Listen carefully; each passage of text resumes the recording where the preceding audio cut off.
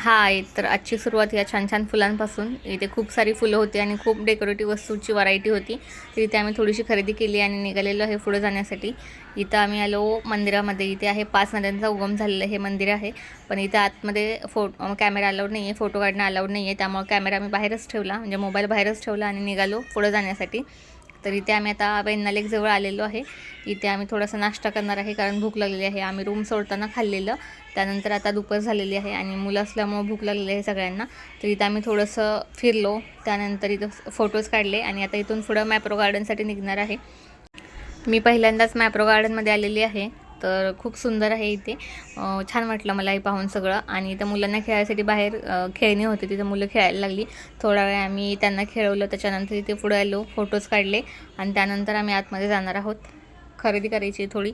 ऐकलेलं मी तर खूप साऱ्या व्हरायटी भेटतात. मग आता फर्स्ट टाईम आलेली आहे, तर थोडीशी खरेदी करावी असा विचार करून निघालेलो आहे. आता बघूयात रेट कसे आहेत, त्याच्या ह्याच्यावर आपण काय खरेदी करणार आणि नाही करणार ते ठरणार आहे. तर इथे आम्ही आलेलो आहे आतमध्ये. हे खूप मोठं आहे. ह्यांचं हे परिसर खूप छान आहे, मोठं आहे आणि क्लीनही आहे. खूप वस्तू आहेत घेण्यासारख्या ॲक्च्युली इथे. आणि पहा, इथे बाय वन गेट वन फ्रीजची ऑफरही आहे. आणि काही तुम्हाला हवं असेल तर तुम्ही टेस्ट करून मग घेऊ शकता, असं नाही की तुम्हाला बिना टेस्ट घ्यावं लागेल. आणि खूप ऑप्शन आहेत घेण्यासारखे.